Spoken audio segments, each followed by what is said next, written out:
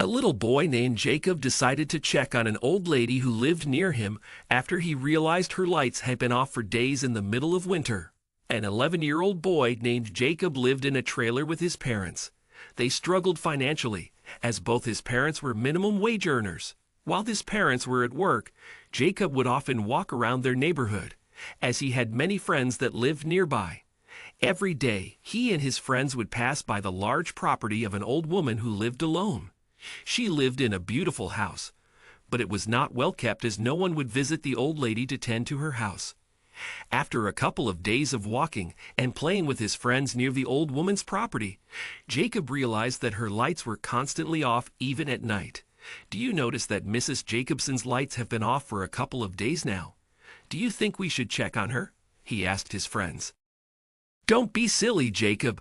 Why would you walk into a big scary house with no lights on? There might be ghosts in there, one of his friends replied. Mrs. Jacobson doesn't leave her house, and we haven't seen anyone visiting to pick her up either. Something bad might have happened to her, Jacob insisted. You've gone mad, Jacob. If you want to check on her, do it yourself. I'm not going anywhere near that scary property, another one of his friends replied, laughing. At that, Jacob didn't hesitate to walk towards the door. He knocked, but no one opened. Suddenly, he saw a letter by the foot of the door and saw that the date was from a few days ago. He walked back to his friends quickly and said, Mrs. Jacobson hasn't gone out of the house in days. We have to get help.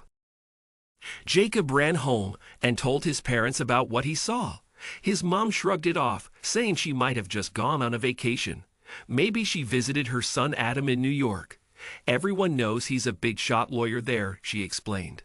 The smart boy wasn't convinced. He knew that Mrs. Jacobson's son never visited her, and it'd be difficult for her to travel all the way to New York alone. He decided to borrow his mom's cell phone to search for Adam's number on the internet. When he found it, he decided to call. This is attorney Adam Jacobson. How may I help you? A man on the other side of the line answered. Hello, Attorney Jacobson. This is Jacob from your neighborhood in Wisconsin. Is Mrs. Jacobson, your mom, there? He asked. Hi, Jacob. No, I have not spoken to my mom in a month. Is something wrong? Adam asked.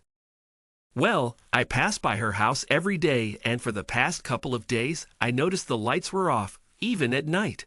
I wanted to check if you knew about anything going on. I want to make sure she's okay. Jacob replied. What? That's not possible. She's supposed to be home. Can you do me a favor, Jacob? Can you please check on her for me? There's a spare key under the flower pot by the door. I'll take the next flight out of New York to get there, Adam said, suddenly worried about his mom. After explaining to his mom that Adam had not spoken to his mom in a month, they both decided to check on Mrs. Jacobson. They ran there and found the key. Once they opened the door, they immediately felt cold.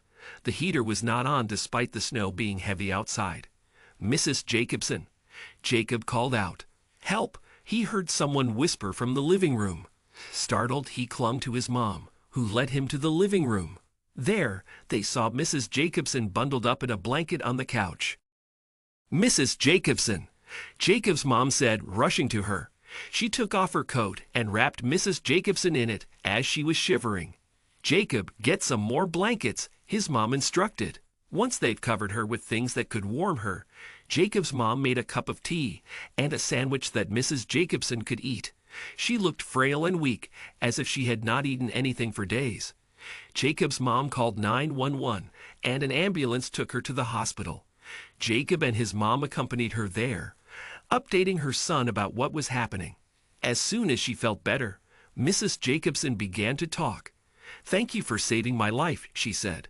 I had not eaten anything proper in a few days. When the electricity went out a couple of days ago, all I could eat were biscuits and the juice I had left in my pantry. After a while, it got too cold inside, and I was so hungry that I couldn't move. I ended up lying down on the couch praying that someone would find me, she explained.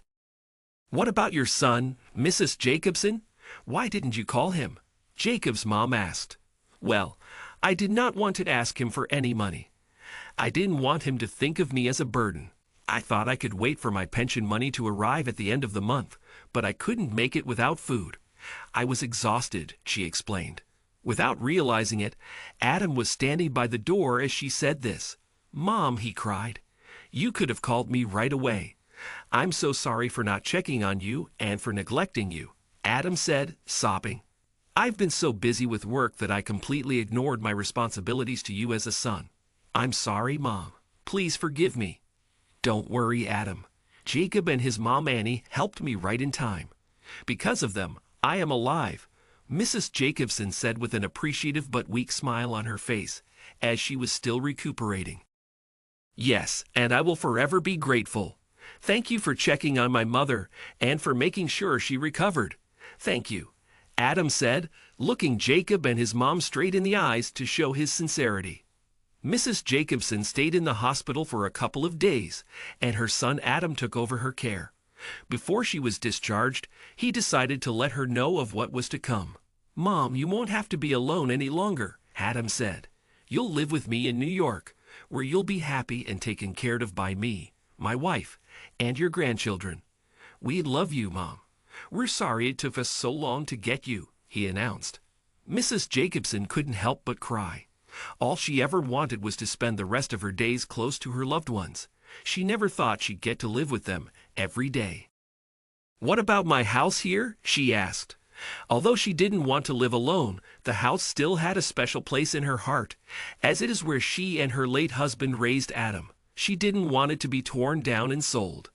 "Well, I asked my assistant to check on Jacob and his family. It turns out they've been struggling and have been living in a trailer. I figure we can leave the house to them, and they can sell the trailer and use the money they earn for their everyday needs," Adam suggested. "That's a great idea, sweetheart," Mrs. Jacobson agreed.